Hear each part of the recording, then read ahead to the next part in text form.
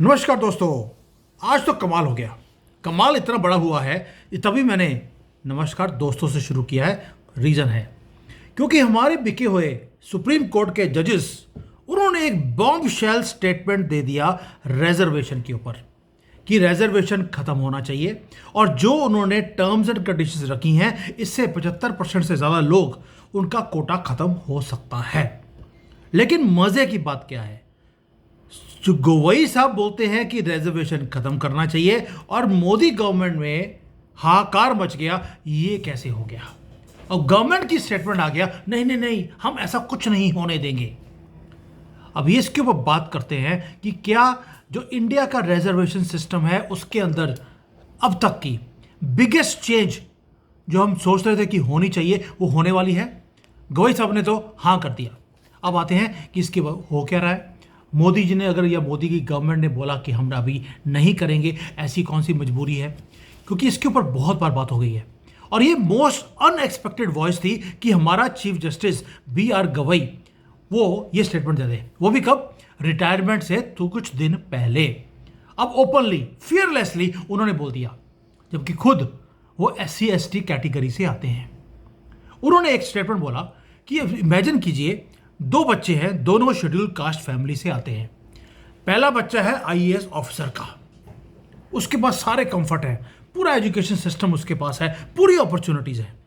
दूसरा बच्चा है जो एक किसान का बच्चा है या कोई लेबरर है, दिहाड़ी पे काम करने वाला है, उसको 2 वक्त का खाना भी मिलता नहीं है, बेसिक स्कूलिंग उसके बाद प्रॉपर नहीं है, हर रोज़ लड़ाई करनी पड़ती है ज़िंदगी के साथ। अब $1 मिलियन क्वेश्चन ये है कि क्या दोनों बच्चों की सिचुएशन सेम है? क्या दोनों को सेम रिजर्वेशन के बेनिफिट मिलने चाहिए? आंसर है एब्सोल्युटली नॉट। तो उन्होंने एक टर्म दे दिया, क्रीमी लेयर का कॉन्सेप्ट। क्या बोला उन्होंने? उन्होंने बोल दिया एक रेवोल्यूशनरी सिस्टम लेके आते हैं जहां पे जो क्रीमी लेयर के लोग हैं जो ऑलरेडी बहुत आगे निकल गए, उनके बच्चों को हम ये नहीं देंगे और एक्सक्लूड करेंगे इन सारी सभी को शेड्यूल कास्ट की कैटेगरी में से। अब ये क्रीमी लेयर है कौन? ये अप्लाई होता है आज की डेट में भी। ये क्रीमी लेयर एग्जिस्ट करती है ओबीसीज के रिजर्वेशन के लिए, जहां पर आपने बोल दिया कि अगर 8 लाख रुपए से ज्यादा की आपकी इनकम है तो आपको रिजर्वेशन नहीं मिलेगा। बड़ा सिंपल है, आपको ओबीसी का कोटा नहीं मिलता। Make sense also. लेकिन जो लोग प्रोग्रेस कर चुके हैं इसके ऊपर, उनको रिजर्वेशन की अब जरूरत नहीं है। लेकिन ये पॉलिसी वो SC और ST के ऊपर वो लागू नहीं होती और यहीं पर हमारे CGI, जो जब तक CGI रहे तब तो बोले नहीं, अब रिटायरमेंट से पहले उन्होंने बोल दिया कि भाई ये खत्म होना चाहिए, SC/ST के ऊपर भी लागू होना चाहिए। और उन्होंने रेफर भी किया 1992 का कोई जजमेंट था, इंदिरा सोहनी का लैंडमार्क जजमेंट ऑन रिजर्वेशन। और गवाई साहब ने पब्लिकली क्या बोला है? उन्होंने बोला कि जो प्रोविजंस ओबीसी के ऊपर लागू होती हैं वो SC/ST के ऊपर भी होनी चाहिए, जबकि उनको मालूम था कि मैसिव क्रिटिसिज्म आएगा उसकी अपनी कम्युनिटी से भी, क्योंकि वो खुद SC बैकग्राउंड से बिलोंग करते हैं और वो सेकंड दलित है, दलित चीफ जस्टिस है भारत के, आउटसाइडर नहीं है इस सारे रिजर्वेशन के बेनिफिट्स का दोस्तों।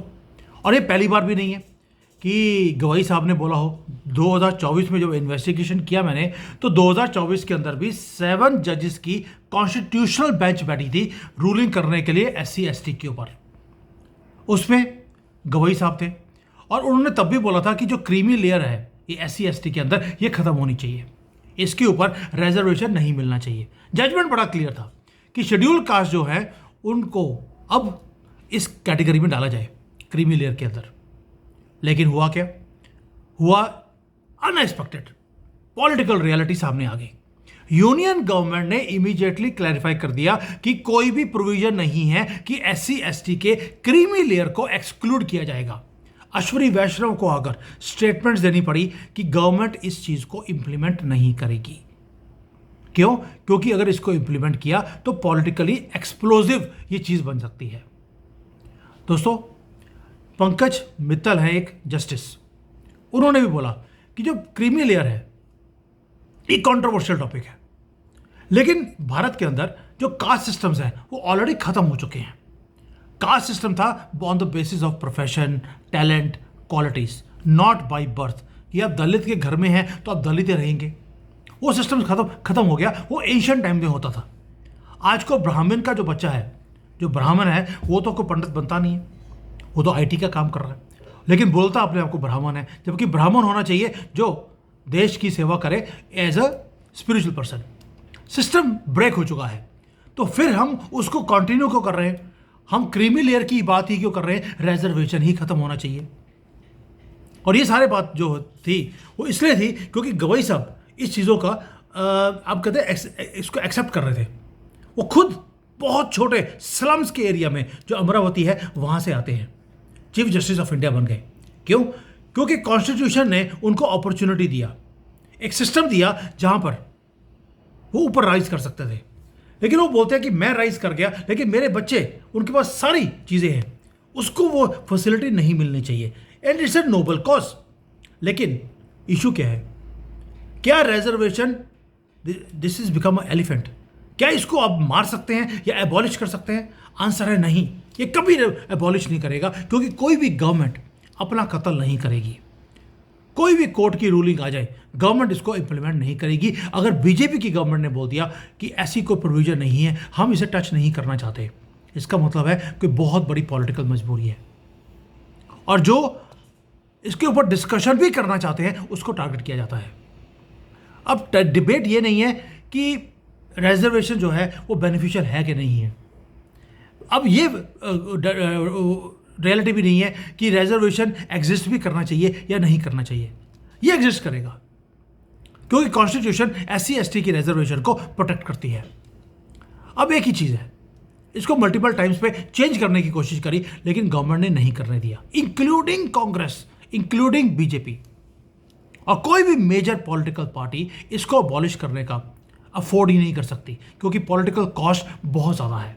लेकिन रिफाइनमेंट, यस, इसके अंदर रिफाइनमेंट हो सकती है, और उसके ऊपर भी गवर्नमेंट एग्री नहीं कर रही।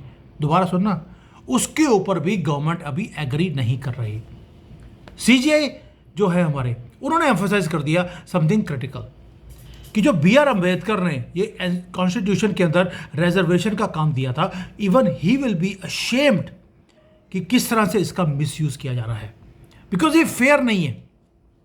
और प्रैक्टिकली आप सोच के देखिए, इन्होंने एक चीज और बोली कि भारत के अंदर 90% से ज्यादा जो इंडिया की पॉपुलेशन है वो रिजर्व्ड कैटेगरी में आती है। SC, ST, OBCs, minorities 90%। और हम हिंदू जो मेजॉरिटी में है, हमारे पास कोई रिजर्वेशन ही नहीं है अपने ही कंट्री में। वो कॉकरोच लेके जा रहे हैं हर एक चीज को। वो डॉक्टर बन रहे हैं, इंजीनियर बन रहे हैं, वो आईएएस अफसर बन रहे हैं, पुलिस, आर्मी, हर जगह पर वो बन के क्या करते हैं? वो हमारे गले काट रहे हैं। और उनको ऊपर लेके कौन आया? रिजर्वेशन। और हमारे पास अपने ही कंट्री में कोई राइट नहीं है। और अगर किसी पॉलिटिकल पार्टी को लगता है कि भाई वो इसको टच करेंगे, तो ऐसा इलेक्टोरल ब्लैक लैश आएगा कि वो कभी जीत नहीं सकते। इसीलिए गवर्नमेंट ने इमीडिएटली अपने आप को डिस्टेंस कर लिया सुप्रीम कोर्ट की सजेशन से भी। ये सिचुएशन है आज की डेट पे। और गवई साहब बार बार बोल रहे हैं कि ये सिस्टम अनफेयर है, क्योंकि गवई साहब तो खुद रिटायर हो रहे हैं। जब सीजीआई थे तब बोले नहीं, अब रिटायरमेंट से पहले बोल दिया, क्योंकि उनको मालूम है कि उनकी जो स्टेटमेंट है वो लीगली बाइंडिंग ही नहीं है। एक ऑब्जर्वेशन है, एक रिकमेंडेशन है, जिसे ना सीजीआई अगले वाला सुनेगा, ना कोई पॉलिटिकल पार्टी सुनेगी, और एससी एसटी तो सुनने को तैयार ही नहीं है। दोस्तों, ये सिस्टम है फेयरनेस का, इफेक्टिवनेस का, और फ्यूचर में कौन इस सुअरों को घंटी बांधेगा ये उसके ऊपर है। अब क्वेश्चन ये नहीं है कि रिजर्वेशन विल कंटिन्यू करेगा या नहीं करेगा, वो तो कंटिन्यू करेगा। क्वेश्चन अब ये होना चाहिए कि कंटिन्यू करेगा तो कैसे करेगा, उसकी प्रोविजंस क्या होनी चाहिए, उसके अंदर चेंजेस कौन से लेकर आएंगे, और लेकर आएगा तो कौन लेकर आएगा। ये प्रेजेंट गवर्नमेंट ने तो बोल दिया, पिछली गवर्नमेंट्स ने बोल दिया नहीं हम इसे टच नहीं करेंगे। क्यों? सत्ता हाथ में होगी तो आप कुछ कर सकते हैं। सत्ता हाथ से निकल जाएगी, 90% लोग आपके खिलाफ हो जाएंगे। और अब सिंपल क्वेश्चन आपसे कि एक ब्यूरोक्रेट है, आईएएस अफसर है, सीजीआई बन गया, क्या उसके बच्चे को भी रिजर्वेशन का बेनिफिट मिलना चाहिए? सिंपल क्वेश्चन आपसे। और क्या जो प्रोग्रेस नहीं कर रहे, जो गरीब लोग हैं, क्या उनको चुन चुन कर उनको नहीं देना चाहिए रिजर्वेशंस? और क्या ये जो नीचे जो लोग रहते हैं जिनके पास कोई फैसिलिटीज नहीं है, वो अभी भी ट्रैप्ड है एट द बॉटम। उनको compete करना पड़ता है अमीर आज़ादों के साथ, लेकिन वो compete नहीं कर पाते। क्यों? भाई 15 करोड़ कमाए हैं जजेस ने। अगर रिजर्वेशन में सीट नहीं भी मिलेगी, वो 15 करोड़ में से कोई ना कोई पैसे देकर वो फिर निकल जाएंगे। गरीब तो गरीब ही रहा। ये अनकंफर्टेबल क्वेश्चंस है, लेकिन नेसेसरी हैं, लेकिन कोई बात करेगा नहीं इसके ऊपर।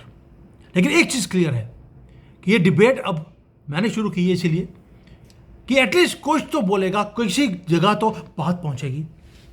क्योंकि सीजे गवई ने तो दरवाज़ा खोल दिया, क्योंकि खुद बाहर निकल रहे हैं, और उसके बाद हम आपस में लड़ते रहेंगे। अब ये पार्लियामेंट के ऊपर छोड़ दिया कि पार्लियामेंट रूल बनाएगा तो हम कर लेंगे। दैट मीन्स जाते जाते भी एक पॉलिटिकल स्टेटमेंट देंगे कि किसी तरीके से बीजेपी की गवर्नमेंट गिर जाए। स्टेट गवर्नमेंट्स हैं, पॉलिटिकल पार्टीज हैं, वो इस अनकंफर्टेबल क्वेश्चन को टच ही नहीं करना चाहती। कॉन्स्टिट्यूशन 75 साल पुराना है, लेकिन ये टॉपिक रिजर्वेशन का ये बिगेस्ट टेस्ट होगा हमारी लाइफ का। राम मंदिर 370 आपने खत्म कर दिया, वो भी बहुत बड़े टेस्ट थे, लेकिन उससे बड़ा टेस्ट है रिजर्वेशन का टाइम, इसका अमेंडमेंट, और इसे डिफाइन करना अब नीड ऑफ द आवर है। 90% लोग रिजर्वेशन के थ्रू ऊपर आ रहे हैं और गवर्नमेंट उसे टच नहीं करना चाहती। पॉलिटिकल मजबूरी है। मुझे लगता है एक ही काम हो सकता है, जब कंट्री के अंदर इमरजेंसी लगाई जाएगी तभी ये चीज़ों को चेंज किया जा सकता है। Otherwise nobody will like to kill their political career. आप क्या सोचते हैं? क्या बीजेपी के अंदर या कोई और पार्टी, कोई भी भारत में, क्या इसको टच कर सकती है? क्या भारत का फ्यूचर रिजर्वेशन के बेसिस पे खड़ा है? क्या इसके ऊपर कोई इवन बात भी करना चाहता है? ये हॉटेस्ट डिबेट होनी चाहिए भारत के अंदर, ताकि जो जो वाकई में डिजर्व करते हैं उनको चीज़ें, उनको फैसिलिटीज मिले। भाई हमने तो जिंदगी जीना सीख लिया बिना रिजर्वेशन के। We are the gents. हम 0.27% हैं पूरे पॉपुलेशन का, पूरे भारत के। हम रिजर्वेशन नहीं मांगते, and we are the richest also, क्योंकि हमने कभी रिजर्वेशन मांगा ही नहीं। हमने कभी गवर्नमेंट जॉब ही नहीं मांगी, और more than 30% of contribution of income tax comes from Jain community. इसीलिए क्योंकि हम अपनी मेहनत से काम करना जानते हैं। और जहाँ पर रिजर्वेशन आ गया, आप देख लीजिए गंदगी कितनी है। ये बाबू लोग जो पैसे देकर रिजर्वेशन के थ्रू ये ऊपर पहुँच जाते हैं, काम ही नहीं करते। जो इस स्यापे को, इस प्रॉब्लम को सॉल्व करना अगर, तो गवई साहब ने बोला है SC ST के अंदर भी जो क्रीमी लेयर है इसको आप खत्म कर दीजिए।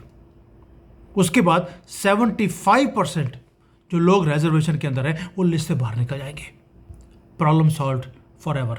आपको रिजर्वेशन खत्म करने की जरूरत नहीं है, सिर्फ जो डिजर्व नहीं करते उनको बाहर निकाल दीजिए, एंड भारत वाकई में सोने की चिड़िया बन सकता है, where everybody will be taking responsibility of their work. और आज की डेट में क्या हो रहा है? Nobody wants to work. और IIT वाले लोग, मैं आज ही डिस्कशन कर रहा था अपने थिंक टैंक के साथ, IIT के जो बच्चे हैं वो सिर्फ इसलिए बनते हैं वहाँ पर कि हमें अमेरिका में मोटी सी बड़ी सी जॉब मिल जाएगी, बस। भारत के लिए कोई कुछ नहीं करना चाहता। इन एक्यूमनी नहीं है, they don't want to do it. और आपको बोलते हैं कि रिजर्वेशन के थ्रू आप देश को आगे ले जाएंगे, ये पिछड़ा वर्ग ऊपर निकल जाएगा। ऊपर निकल के क्या कर रहे हैं? वो बॉम्ब बना रहे हैं, वो आपको इंजेक्शन दे रहे हैं ताकि आपकी मौत हो जाए, आपके बच्चे पैदा ना हो। वो पढ़ लिख कर रिजर्वेशन वाले ये काम कर रहे हैं, और हम उनको करने दे रहे हैं अपने टैक्स मनी से। हमारे टैक्स मनी से ये लोग ऊपर आए और ऊपर आकर हमारे ही गले काट रहे हैं। इससे बड़ा बेवकूफ़ कम्युनिटी मैंने तो ज़िंदगी में देखी नहीं है। I hope the government sees this, कि जो गवाही साहब ने जाते जाते किया है, maybe they can start a discussion. काम होगा 10 साल में, लेकिन डिस्कशन तो शुरू कीजिए। Thank you. जय हिंद, वंदे मातरम।